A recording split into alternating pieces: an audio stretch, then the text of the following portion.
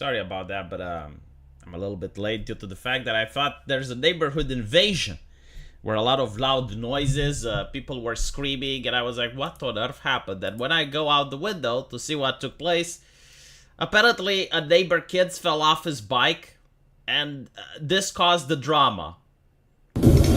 This is a problem in Romania, right? Like, these are the things we deal with.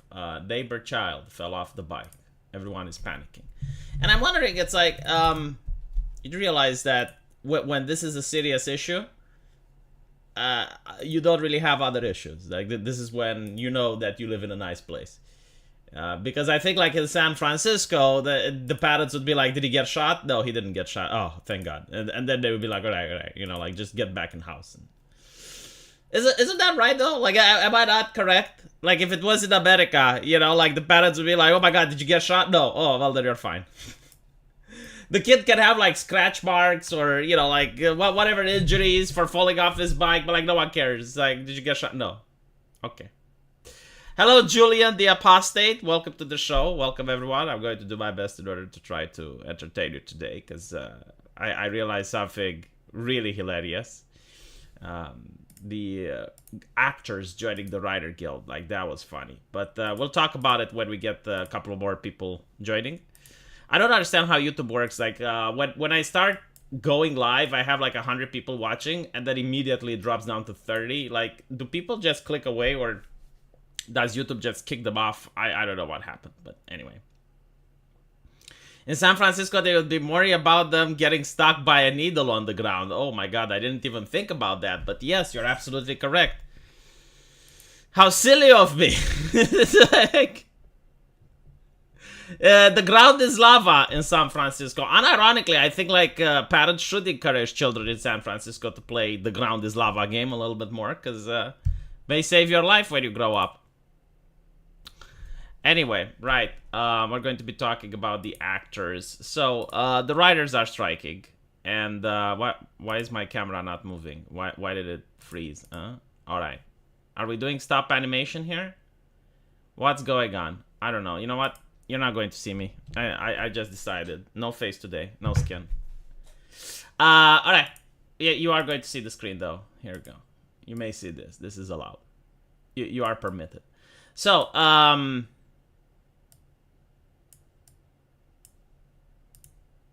the writers in the United States are striking. And the thing is, most of them are actually paid pretty decent. Yeah, I mean, they know that you know they are paid decent. So they will actually talk about, not the living wage. They will talk about, I don't know exactly how it's called, but, like, the money you make after a movie sells. So, like, part of their contract is that they can make a percentage of how much the movie sells, or they can make, like, a certain amount of sum in correlation to the sales, right? And they're whining that sum is pretty low, which is really dumb. But anyway, they make a lot of cash. Now, the problem is that the actors make even more money. Like, the actors make an obscene level of wealth. An obscene level of cash. I mean, we're talking about multimillionaires. And I'm pretty sure that due to the fact that in their circle of friends, they view that they're not as rich as other actors. So, for example, this guy, Billy Porter, right? Like, Billy Porter is probably not as rich as, you know, the guy playing Thor. And because of that, he thinks that the system is against him. He thinks that he is discriminated. This is what we're talking about. Like, but from the perspective of the average person. Like, if you go on the street and you pick a random American, like, this guy is monumentally wealthy. Now, there is another thing that I really hate in modern American culture, which is an expression. Like, honestly, this is the worst expression that I think, like, any language, any culture came up with. And that is living from paycheck to paycheck. I really hate this. Like, this is cancer, all right? If you see some other person using it, calling them out on it is what you need to do. Living from paycheck to paycheck can mean different things, right? Now, initially, the expression means that you're poor and you can't gather any money in order to uplift yourself from poverty. Like, this is what the expression means, right? But a fucking millionaire can use it, and he is right. Because it depends on your fucking lifestyle, doesn't it? Like if you this guy, right? This gentleman, he bought $1 million house. $1 million house. And then he complains that he lives from paycheck to paycheck, which by the way is probably true. Like I can't deny it. But his life is undeniably better than a person that lives paycheck to paycheck in the ghetto. I hate this expression. I know what it means. Don't correct me in the chat. I know like some people were like, V, that's not what... I know what it means. I hate it. Alright? It's a despicable expression. It makes the rich think that they're fucking oppressed when they're not. If you're at the Golden Globe Awards, you're not oppressed. Thank you for the $10. Evil Kitty of Doom, I missed you. Hi V, hope your day been good. Post under influence. Yeah, I'm still a little bit under the influence. I had no electricity today, chat.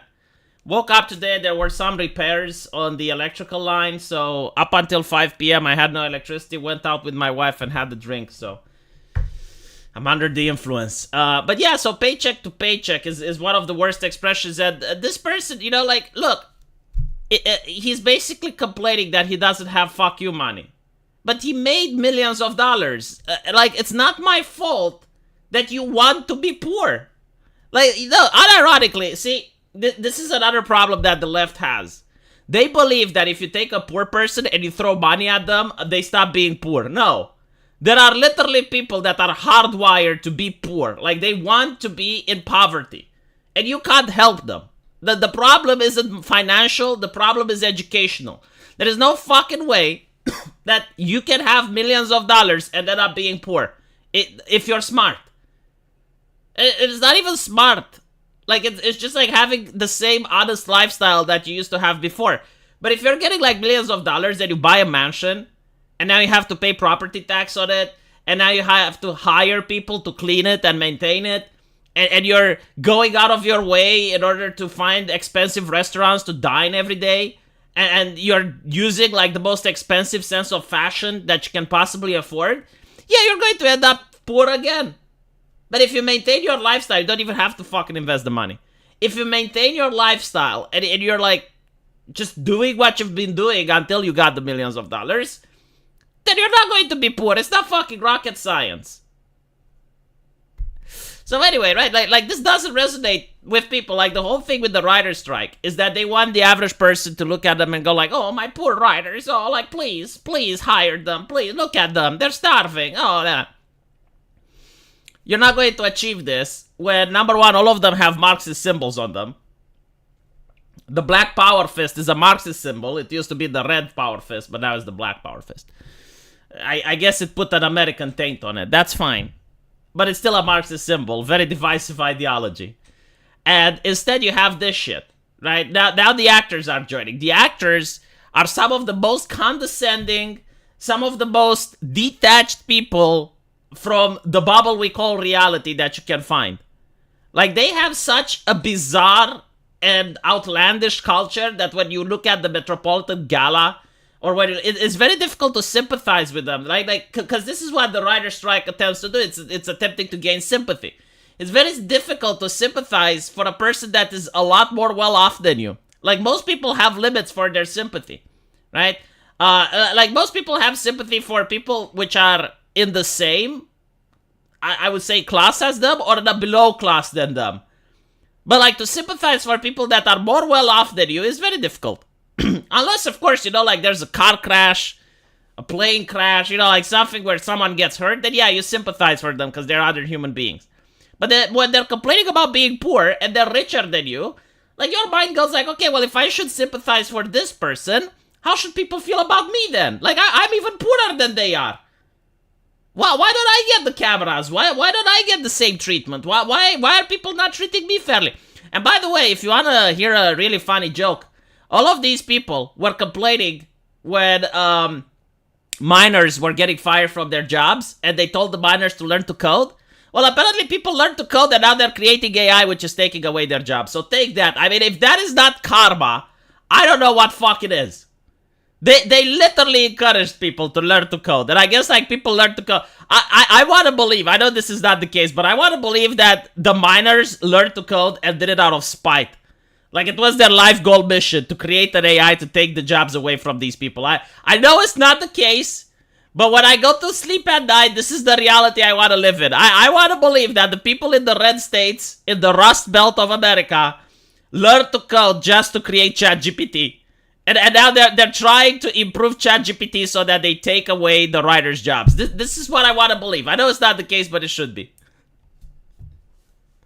This is my headcanon, yes. Don't forget that that is enough of other new actors that would gladly take the place.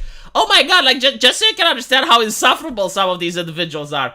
The lady which played Snow White, I don't even know her name, right? Like, this is how bad modern actors are. Because when I was a kid, I was like, oh, this is Jackie Chan. Oh, this is Eddie Murphy. Ah, Sylvester Stallone, Arnold. I knew them all by name. Now I don't even know who the fuck these people are, right? Like, they pop out of nowhere on my screen to lecture me.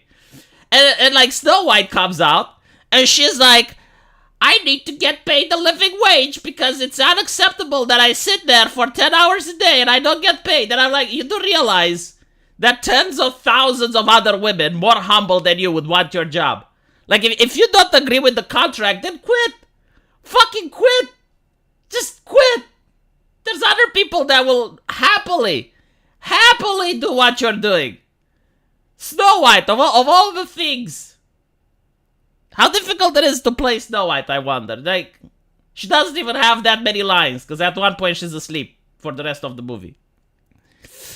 But anyway, right.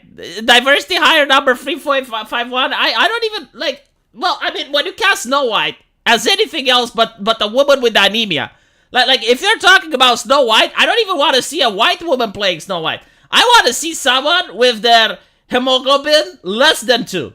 Like someone that's literally suffering from anemia, like a person that has a red blood cell deficiency. That is the person that should play Snow White. Anything else doesn't look the part. I'm sorry. It's immersion breaking. It's in the fucking name. It's Snow White. Like, come on. Anyway, right. So, it's kind of funny because, like, let me read to you something else. Yeah, if you actually casted an albino person, this is a good point. If you casted an albino person, so like a black woman that's albino, as Snow White, I would believe it. I would be like, you know what? This is not a bad casting choice. Yeah, like, it's legit. It works. So this is what a person said. This is a reply to NBC News. Hold on. Let me see if I can bring it on screen, because this is really great. I can't bring it on screen. Fuck it. I'll just read it. You guys will... Oh, no. Actually, hold on. I have the technology. I got the way to bring it on screen. There you go. So, this is from Twitter. It says the following. Oh, neat. Kind of like the... NBC News. This is how it starts. This is the primordial post. After nearly 100 days on strike, Hollywood writers are taking financial hits. Uncertain when they'll have a steady flow of income again. Well, hopefully never. I feel that I'm subsidizing the strike with my savings in a way that's starting to get scary, one writer said. Oh, it kind of reminds me of the time when all my friends were getting laid off from the oil field because they shut down the world, and Hollywood just kept saying, stay home, save lives, as we tried to find work for months on end. Yeah, it kind of sounds like that, doesn't it? It kind of sounds like that. It's very difficult to find empathy for people who are saying, oh, well, we're out of a job. When you were out of a job, those same people were saying, no, stay home, stay alive, stay home. And now they're like, to war! And I'm like, okay, you know what? Maybe, just maybe, you're being a little bit disingenuous. I'm just saying, like it's fine. You know, you can have various talking points and opinions, but it sounds to me like the opinions aren't even your fucking own. Like, for one day, you're like, stay home, save lives. Next day, go out, protest, civil rights, Black Lives Matter. Next day, stay home, stay lives. Next day, to war! You know? Like, just make up your fucking mind. Or else I'm going to assume that it's not your mind to begin with. So when these people are like, oh, we're not getting paid enough. Oh, the payment, the paycheck. I'm not getting paid. It's like, okay. Naruhodo, but like when other people were not getting paid, why weren't you showing compassion? You know, compassion is a two-way street. Learn to code, yes. Like, again, my headcanon is that people did learn to code just to put these individuals out of a job. Unironically, the press is getting out of a job. Like, there are AIs created now specifically to write newspaper articles. I mean, right? Directly targeting the press. Directly. Because at least ChatGPT is a little bit more general, more ambiguous. Like, you can use ChatGPT to create an Ushikushi Sakubasu and roleplay with her. You can have wholesome adventures with your Ushikushi Sakubasu on ChatGPT, right? Because it's for general use. But they're creating an AI specifically for journalists. Like, this is why my headcanon is literally that they made AI to fuck with these people. I genuinely think that. It started off as a joke, but now I'm going to believe my joke. Now I'm going to say, you know what? But what if I'm, like, actually right? What if I'm actually correct? Like, the people who invented the AI literally hated journalists. And they were like, you know what? Like, if journalists do such a bad job, my AI can do it better. And thus, Neurosama existed. ChatGPT can't create game guides? Well, it depends. It depends on the prompt, actually. But not to mention, since when does Kotaku release game guides? Have you read Kotaku? Like, Kotaku doesn't create game guides. Kotaku tells you why you're a fucking racist pig for playing Tomb Raider. That's what Kotaku does. Kotaku is going to call you a misogynistic piece of shit because you're complaining that Pokimane is getting money from people that can't pay their rent. Like that is Kotaku. What game reviews? What are you talking about? Like, let's plays and shit. They don't do that. And you know what? Neurosama can actually play video games. I see her do it, so yeah. All I'm saying is it's not there yet, but just, like, wait a little bit. Just give it a couple of days. Hello, V and Vigets. Shout out to my favorite Romanian. Actually, the only Romanian I know. Why thank you, Midwest Finest. I need to introduce you to other Romanians then. ChatGPT game guides are valuable as Kotaku game guides. Oh, the difference between ChatGPT game guides and Kotaku game guides is that ChatGPT can actually make a game guide. May not be good, may not, you know, like maybe a complete failure of a guide, but at least it's a guide. Actually, hold on. Kotaku game guide. Let me see if that, like, it even exists. Then they don't fucking write guides. I'm Googling it. I can't find a single guide made by Kotaku. Oh, I found one. Hold on. One exists.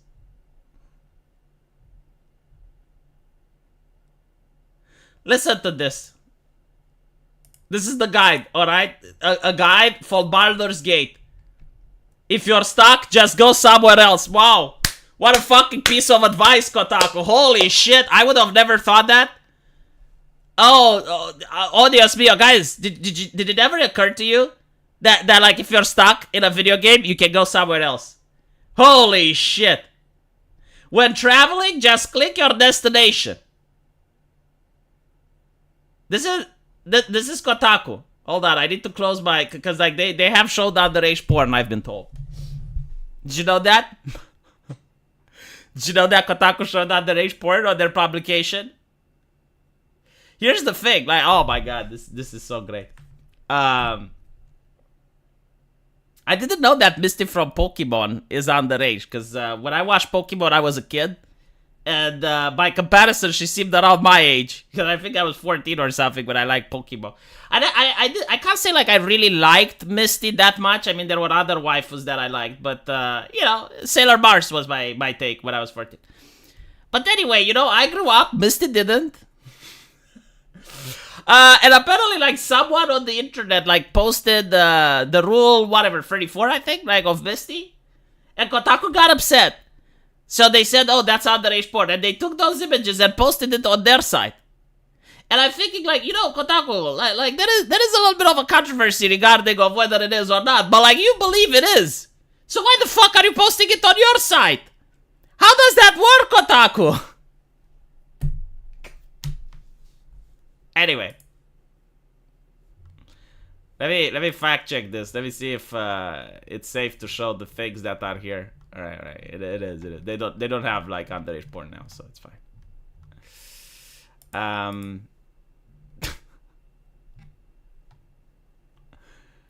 All right. Let me like. Do you think ChatGPT can make a better guide? Because I think it can. All right. So delete your early access save files. Okay, well, this might actually be good advice, right? Like you don't know that there may be bugs, and all right.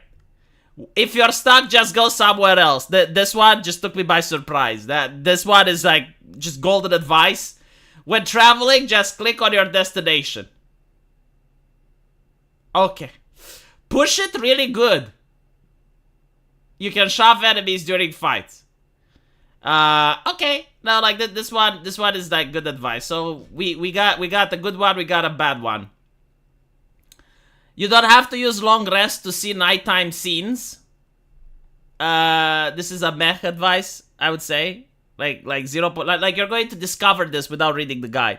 You know, like that's when I think you have a good guide, when it tells you stuff that you wouldn't discover by yourself. So like, for example, if you go on a YouTuber's guide, you know, someone that actually plays video games, and they talk about Street Fighter, they will talk about frame data, setups, like shit you can't discover by yourself. But when you go to Kotaku, they'll tell you you don't have to use long rest to see nighttime scenes. But like, you do realize that people will just realize this by themselves, by playing the game naturally. The same with your other advice. Like when traveling, just click on your destination. Flip the barter sell toggle. Oh my fucking god. Sometimes switching your player character is the best approach. Once I switched control to Lalezil, the Githyanki warrior with the connection of others to her race that my human character couldn't overcome on dice rolls alone. Other times, character will be able to pass a perception check or a religious... Okay, this is a good advice. Attack of opportunity is your friend or foe. Oh my fuck, like, this is like the most basic bitch advice you can... The only time, like, this advice would even be remotely useful is if it's someone that literally never played any type of RPGs. And they have, like, absolutely no idea how to play RPGs. This is, like, the only thing. Other than that, no. Jesus fucking Christ. Like, you wouldn't learn anything. Like, you don't get better at the game for doing this guide. You're literally losing brain cells, yeah. Like, you're learning this guide and it's just a waste of time, so you can see ads. You don't get better at the game. Like again, if you, like, go on a guide for Path of Exile, on a YouTuber channel, right? Like, they will teach you builds, they will teach you how to create your own build, they will teach you how to use gems and, you know, how to take advantage of various mechanics.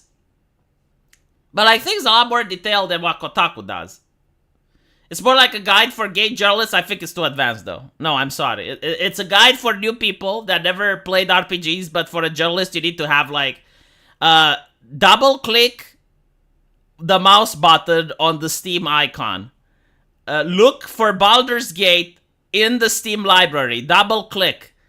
Click on Start New Game. This is like what you need to do for game journalists. Right? Hold down the power button for around 3 seconds to open your computer. After that, click on the white bar and type in your password. Wait for the computer to load.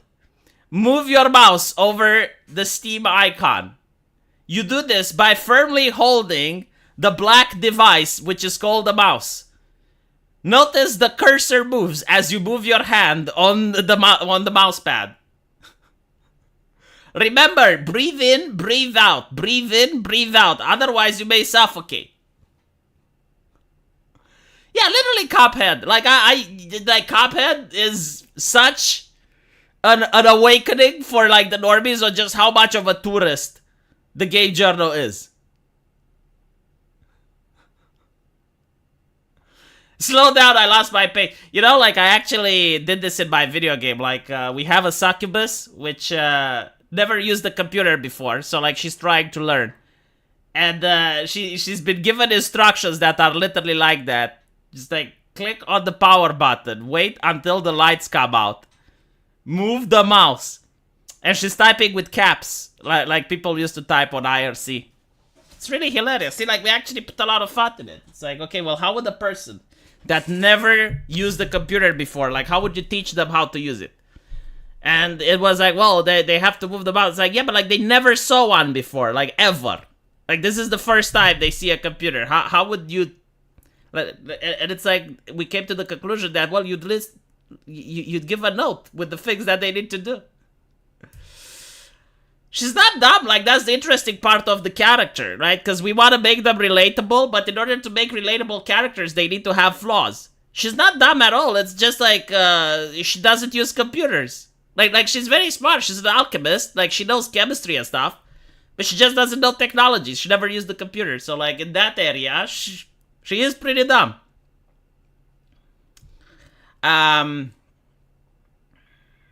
Remember how they said the Marauder was a bad enemy because you couldn't just decimate them by shooting them like every other enemy? No, I actually don't know that.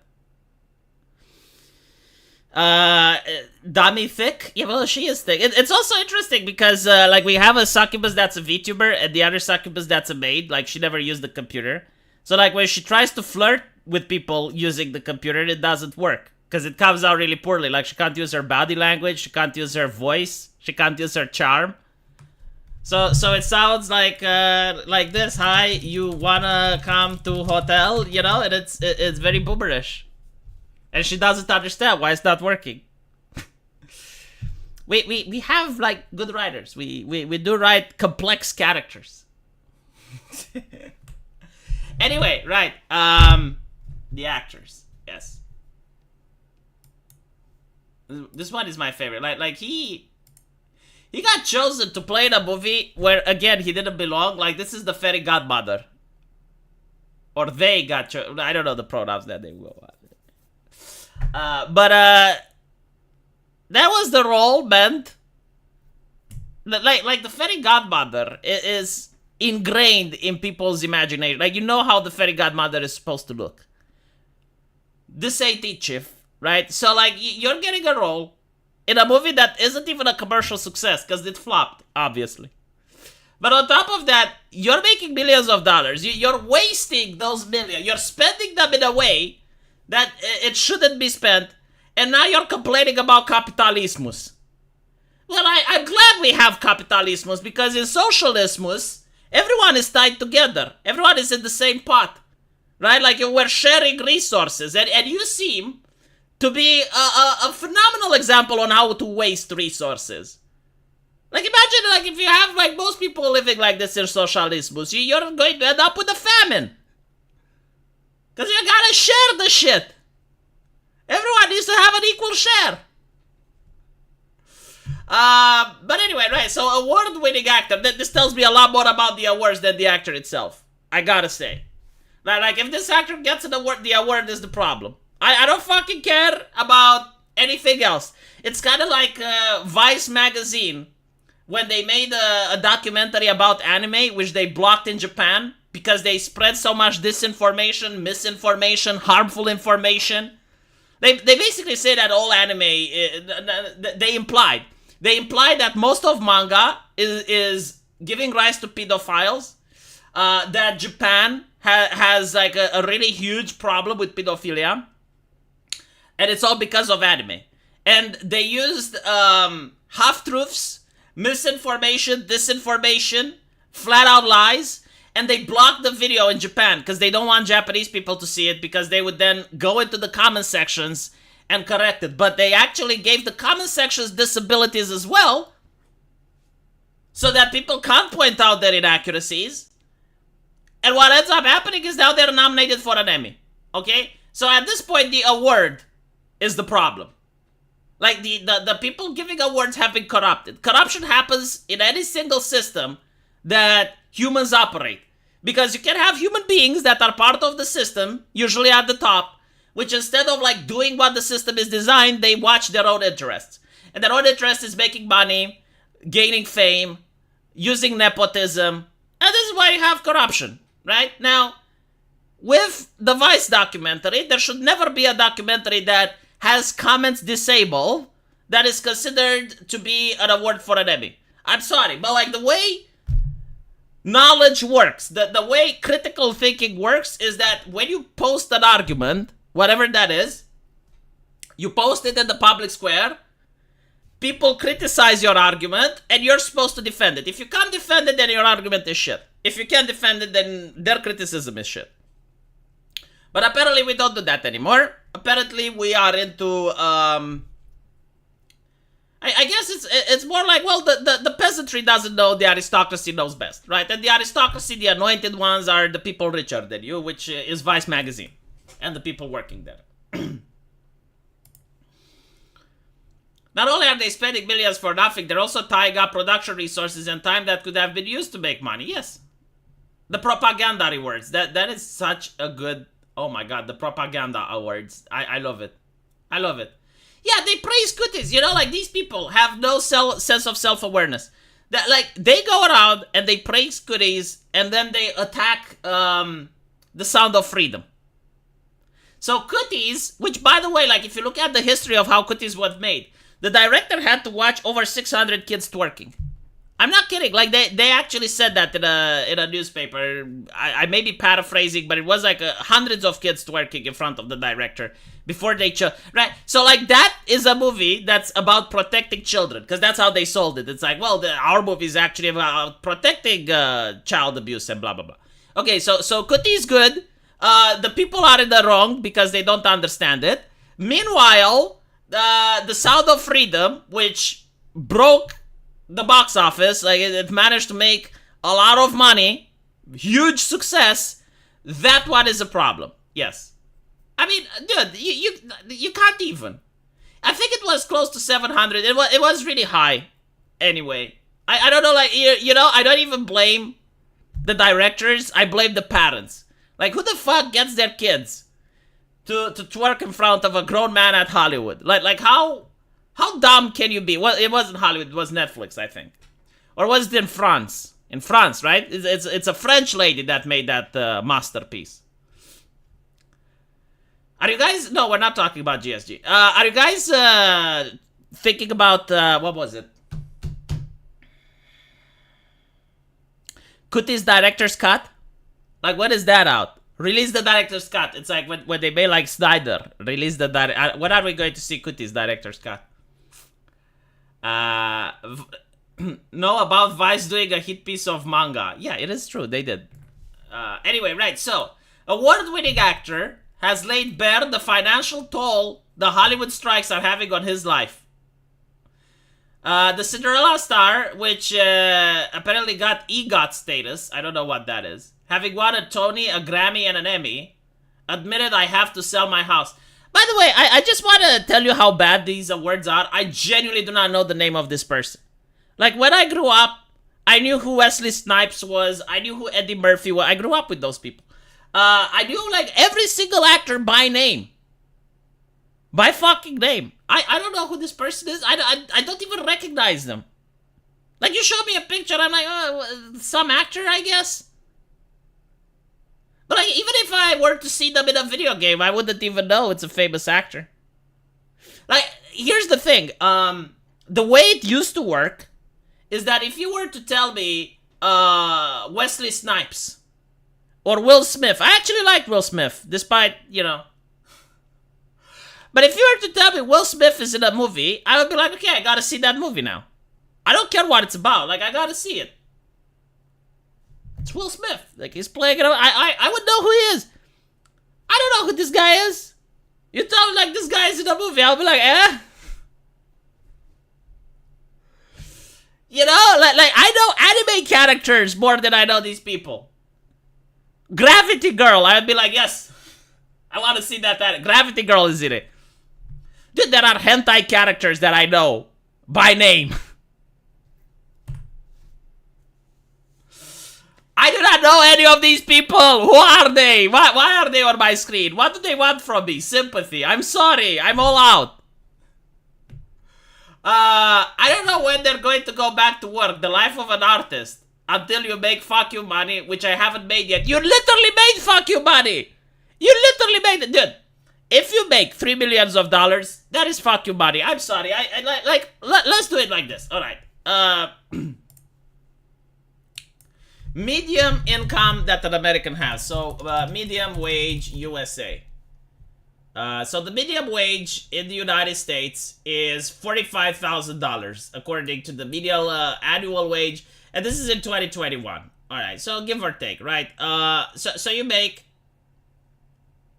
$45,000 a year. Okay, this is probably even more. But let's assume like you get a person that makes $45,000. So let's divide $3 million divided by you know what? I'll just say 46,000.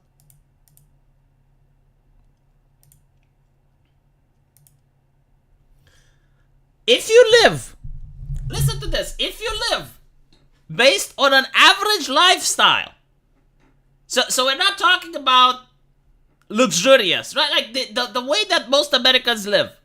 If you live with a medium income, with $3 million, you can live for 65 years before you run out of money. 65 fucking years. We're not counting investments. We're not counting anything, right? Like if you live the same life that is expected of an average American to live. And I will tell you something else.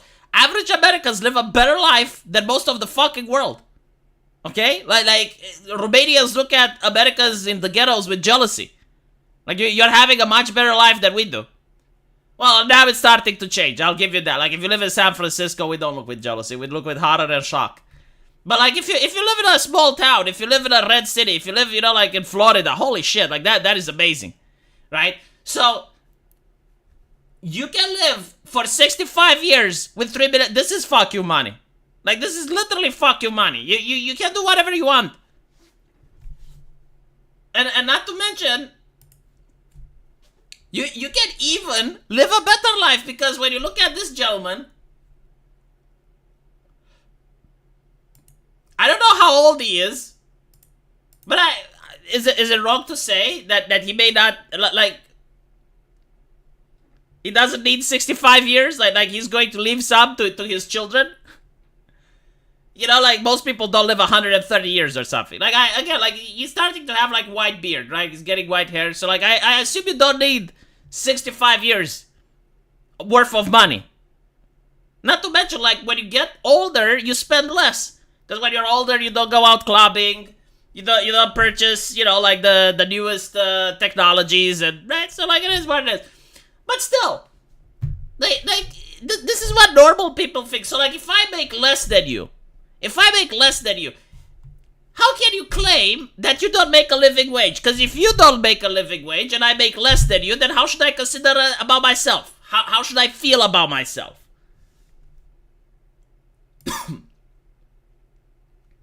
Oh, we do have electricity. Like we got a computer.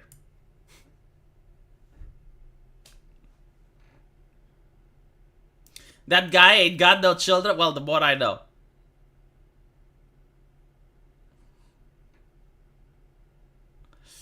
If this dude has children, I doubt they're getting squat. There was like God, I forgot like who was it. It was like a very smart black man that said it. I think it was like that basketball player. God, I forgot his name. He was based as fuck. He was basically telling his kids, it's like, we're not rich. I am rich. You guys get to work and make your own living. And I was like, yes, that is a really good mentality to have. Like, that is great parenting. It's like, yeah, we're not rich. I am rich. You go and work for a living like I did. And honestly, like the thing is, like, people don't realize just how important that message is. Because most people will look at that message and they'll say, oh my God, he's so abusive to his children. How can you not leave money to your kids? Like, okay, if you have a rich father, and I know people like this in my life, which are like, oh, well, my parents are rich, so I don't have to work bullshit. Your parents eventually die. You get the inheritance that you always wanted. You waste it in a couple of years. Now you have no skill, and now you don't have a rich daddy. So what? What are you going to do? Huh? You gonna starve? You end up on the streets, right? You happy now? No. It's best to have a parent that tells you, you know what? Just go work and fuck off. Yeah, it was Shaquille O'Neal, I think, or yeah, was such a good one. Was such a great one. We're not rich. I'm rich. I love it.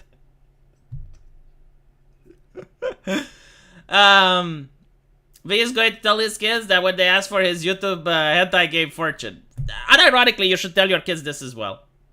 Shaquille O'Neal, yeah, the basketball player, was such a great saying. I loved it. And yes, like, you should tell your kids this as well, Kulvik, unironically, right? Like, even if you want to leave your inheritance to your kids, even if you're like, after I'm dying, I'm leaving everything to my kids, don't let them know that. Don't tell them. No, you need to be a dick. You need to be like, after I die, you ain't getting shit. Go work. If you make more than me, I'll give it to you. How about that? The Antwoord is hilarious. The Antwoord, like that lady, like she would be a really good Snow White.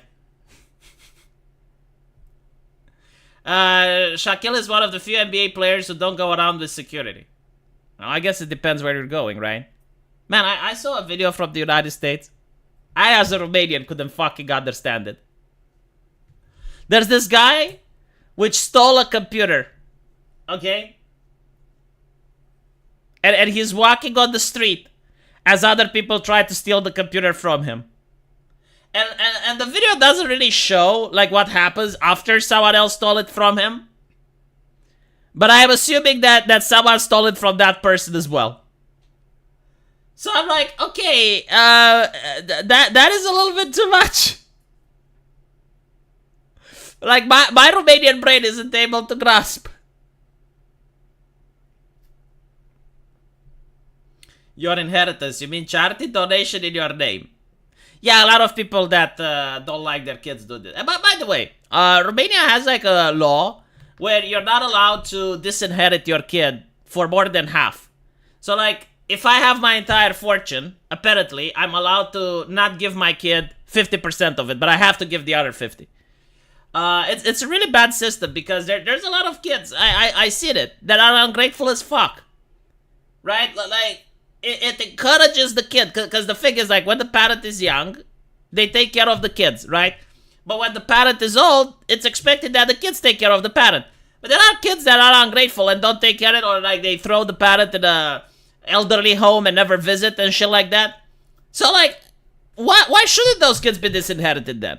There's absolutely no fucking reason why they shouldn't be disinherited.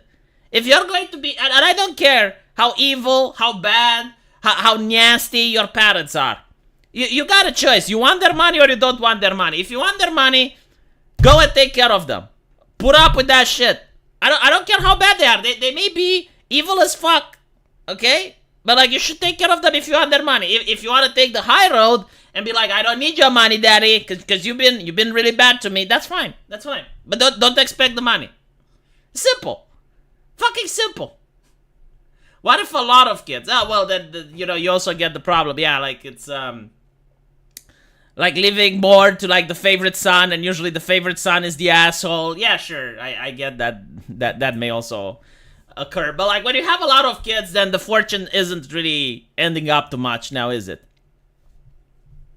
Like, already when you have, like, 3 brothers or 4 brothers, then it's like, well, you're not really getting much to begin with. Yeah, some parents are ungrateful as fuck, but I'll tell you this. I'm siding with the parents because it's their fucking money. Okay? Like, they're the ones that made the wealth. They're the ones that have the money. So I'm siding with them because they own the cash. So it's their right to do. And by the way, even in Romania, at the end of the day, like, if you really want to disinherit someone because they're a bastard, what you can do is, like, give to charity. And then, that is it. Like, while you're alive, you're like, I'm donating everything I have to charity after I die, and that's it. Waste the money before you die, let them inherit $5 whole. Yeah, like a lot of people do that. So they will be like, they're wasting all the money, they live paycheck to paycheck, as they say, and then they make sure so that, like they sell their house, and you put a clause in the selling of the house that after I die, I want, so like, okay, you can make a contract that you can sell your house, but the person who bought the house can't move in until you die. So, like, a lot of old people do this. And obviously, like, they sell for really cheap. So this is like an investment opportunity, which is kind of funny because they're like, this old lady comes into the news. 3 different people did this, right? Like, she sold in her house, but those people died before her. So like, it's like me selling my home to American Outlier, and I put in the contract that American Outlier could get my house only after I pass away. And I sell it for half the price, right? And it's a contract, like, you don't know. It may be like 1 year, it may be 20. But then American Outlier dies before me. So now that contract is void, and now I can sell my house again to another person. That's why when I marry, we are having 5 to 7 kids. Jesus Christ, man. Jesus fucking Christ. I hope you like kids. I mean, I don't know what to say, but the shitting, the screaming, I don't think I can take more than one. Like, one is max. Imagine having 2. Now imagine having 7. Can you even have 7 kids if you have a job? Jesus. Like, in that position, I think you go to work to relax. Because when you go home is the screaming and the shouting, and no. And then they get into trouble, right? So they get into trouble and you have to go and fix it, and it's like, all right, well, which one has gone into trouble today? Dude, like 7 kids, holy shit. That's like a kindergarten, isn't it? I guess like once you have like the 4th, the eldest child raises the other. Like that's how they did it in the countryside. You know, it's like the older brother gets to raise the other brothers. Now imagine you have like an older sister. 5'7" is average before feminism. I think it's like the boomer mentality, dude. You got people that went to World War II and didn't have a woman to fuck unless they went. Well, I'm not going to say negative things about the Americans now. But like, they didn't have any women to fuck unless they committed a war crime. Let's put it like this. And then you have these people, right, that saw so much violence, they're popped up with testosterone, and they're coming home. And home, they got like lustful women that haven't seen manly men in several years, right? I don't think it's nice to compare the average of what was then to what is now.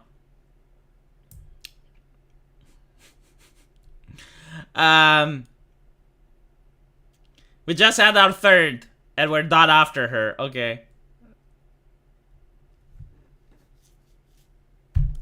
My great-grandparents had 15. Oh, Jesus fucking Christ. You know, American Outline told me, it's like, oh, well, I'm going to my family gathering. And I'm thinking, like, what? Why are you announcing this like you're departing on an airport? Like, why the fuck, like, you're making such a big deal that you're going to see your mama and papa and probably like 2 more people. And then I find out 300 people in the family. And I'm like, dude, you need a gala, don't you? Like you need an entire amphitheater to house so many people. Who washes the dishes after that? You can't meet into someone's house. I bet it was like a tent in the fucking garden. How? Just, I can't even fathom that. Like I would tilt my head and look at like, are all these people related to me? Like, there was a primordial vagina at one point that spawned all these human beings. Like, there is no fucking way. You're probably like looking to the other end of the table. I don't even think you can see all the people at a table. Like, there's many tables out of there. We're talking about 10, 20 tables. I'm willing to bet. It's just like 300 people. You can start a small town. Like, try that in a small town, gets a completely different implication. 15, that's a good run. Jesus Christ. I just... It is what it is, you know? It's not that I'm judging, by the way. Like, it's nice. But I just can't, like, wrap my mind around, like, how that would be. Like, how my life would turn out if I had so many relatives. Oh my god, can you imagine on Christmas when you have to bring everyone presents? And there's like 300 people and everyone wants a present. How do you do that? Holy shit, imagine how many people ask you for money. We rented an entire convention center. Oh, there we go. Thank you for the €5, Jigara. I appreciate it. My mom has 9 brothers and sisters. It was a generational thing. Guarantees at least one of them will be there to take care for you in the old age. Yeah, it's true. But still, man, like 300 people. Can you imagine? I already imagine how it is when they ask you for money. I bet if you give money to one of them, your phone constantly rings. Like, I have this feeling, like if one of them asks you for money and you're like, well, he's my kin, I gotta pay. And then the next day, you know, like they find out because they conspire with each other and they talk. And then you're going to get another phone call asking for money. And you're like, oh, well, it's my kid. And that's when you fucked up.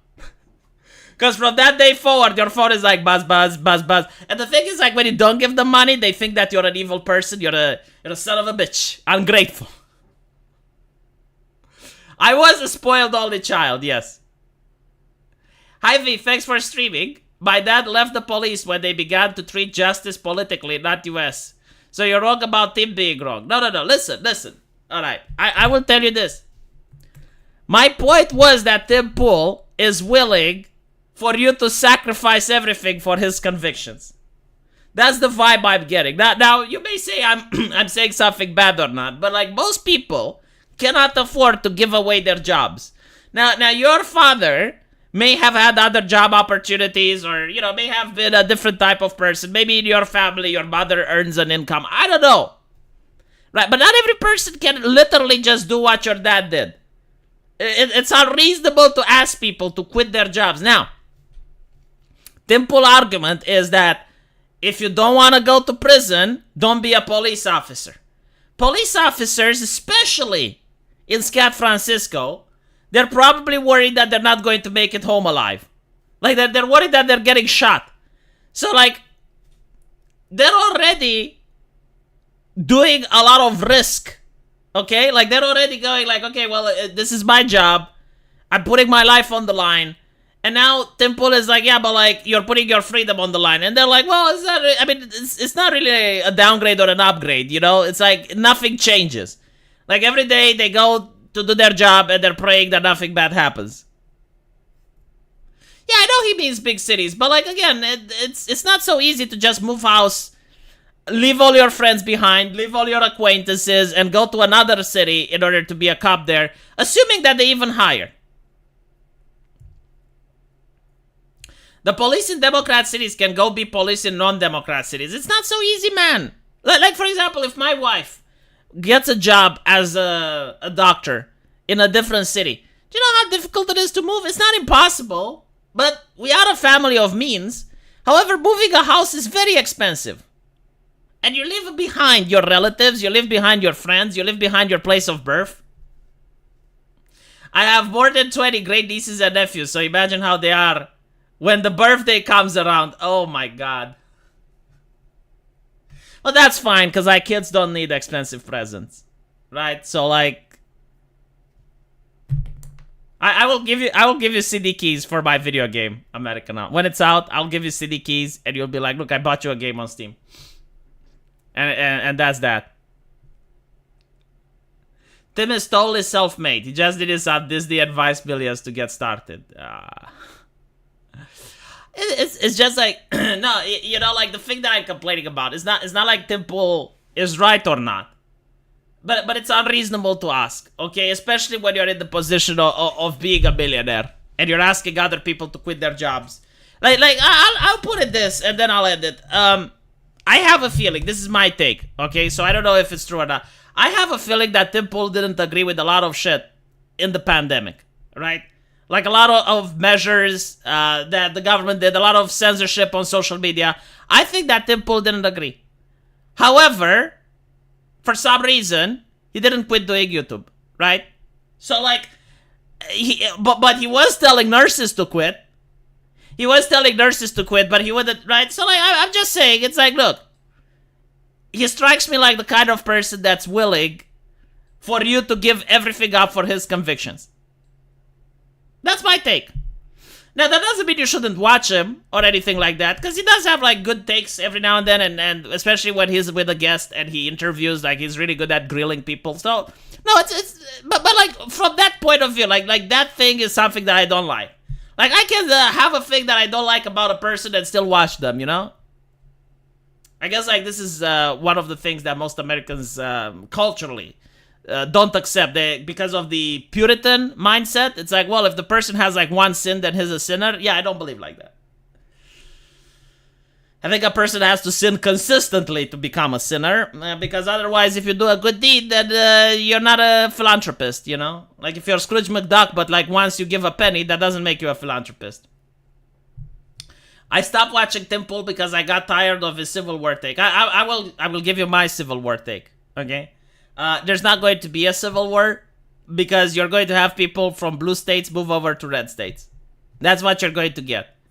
The problem is, analysts like Tim Pool, who are very rich, they do not position themselves into the mind of the average person. Like, if you're the average person, right? If you're just going to a job, coming home and taking care of your kids, how willing are you to do violence for something you believe? The answer is probably not. You know, unless like some guy breaks into your house and we're like at the latest level of self-defense situation. Most people don't want to commit violence. So what people are going to do is when things are getting really bad, when they're going out and they're getting harassed on the streets or someone spits in their face or whatever, they're just going to leave, right? It's not like the Soviet Union. Hello, Jackie Fox. It's not like the Soviet Union where you have like the borders. No, they're just going to pack up and leave. The problem is they're going to go for red states. And as they're going for red states, their voting habits, their culture is going to move there. And they're going to make the red states purple.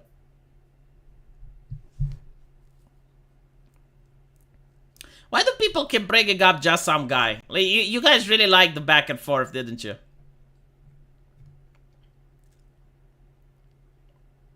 It's not gonna happen, though. It's not gonna happen. I don't dislike just some guy. Just so you know, like I don't consider him a bad person or anything like that. He just made a response to me. I responded to him, and that's that. Like it's over. There's no more. Anyway, so apparently this guy, before making on the silver screen for his performance in Broadway Kinky Boots, and a Grammy for its official soundtrack. Again, like they're using these awards like they mean anything. There used to be a time when you would pick up the New York bestseller and you knew it was a good book. Now, if I see New York bestseller, I avoid that book like the plague. Unironically, like most of the times I'm right. Like you get better books that are... I mean, George R.R. Martin didn't fucking get a prize for his shit. What are we talking about? Like, the awards are so corrupt. They're more of a signifier of things to avoid rather than things you should read. So anyway, his comments offer an insight into how the strikes are already financially impacting not only lesser-known actors and writers, but also megastars like himself.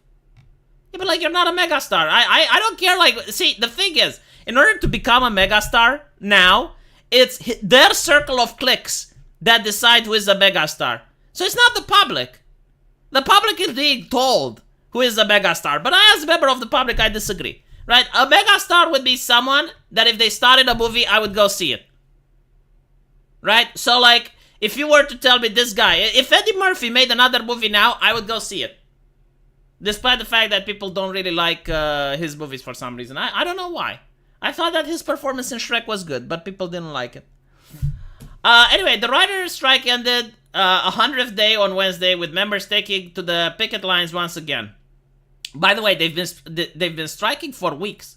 Like, they haven't even striked properly. Like, it's not like they've been striking for months. No, they've been striking for a week. No one asked them to strike. That's another thing. They went back to the studios and the studios told them to fuck off. Tens of thousands of actors. Again, like, no one asked them. Like, see, with the writers, you kind of can sympathize because they're not making that much. But the actors, not only are they millionaires and they're driving around yachts while lecturing you about climate change, but they're also insufferable. Every single time they go on TV in an interview, they preach at the public. Like, they always say negative things about the public. Porter said that although the strikes have only been underway for several weeks, he has already financially lost out on appearing in a new movie and a television show starting September. Well, whose fault is it? You know, by the way, this is the thing with the unions. It's by design. The union doesn't care about you as an individual. It doesn't give a fuck. The union cares about the collective, right? So the union cares about the actors in general. Now, you can't really care about the actors in general, so you usually care about a couple of names that are connected to the union. Porter was referring to a widely circulated quote allegedly came from Hollywood executive regarding the strike, saying that they want to starve them out. Yeah, they should. And by the way, you're not going to starve. I mean, there's other job opportunities. You know, you can reorient. You can learn to code, like the journalist said. Eddie Murphy stand-ups are unmatched. I know, man. Like, I literally, like, when I grew up, I didn't get a lot of American movies because we were under the Iron Curtain. But when we did get movies, we had, like, VCRs. And you could, like, rent VCRs and you could see, like, stuff that's coming from America. Eddie Murphy was like my favorite comedian, like hands down. That no one else could match.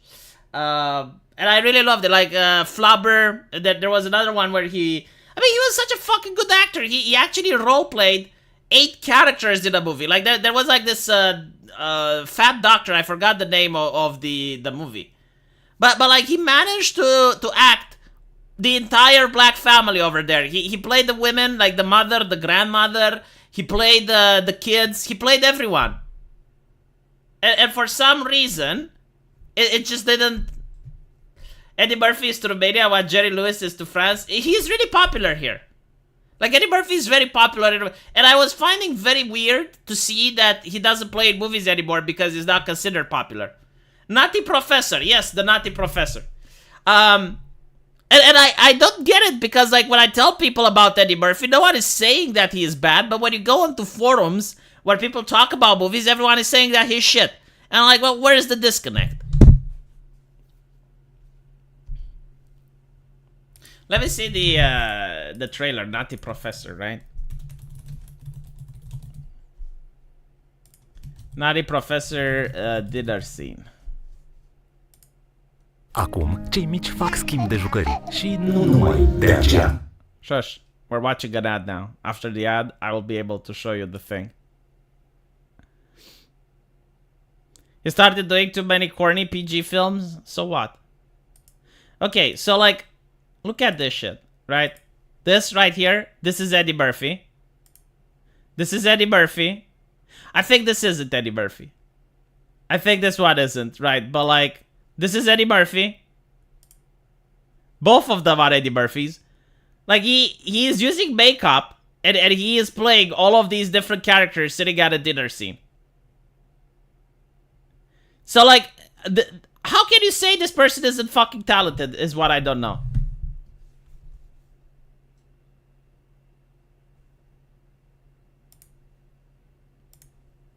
Like, in my opinion, he's one of the most talented actors. The foot is not Eddie Murphy, no. Anyway, right, I need to go make the videos for the other channels. So, thank you guys for watching. I really appreciate the super chats. And I'll see you in the next episode.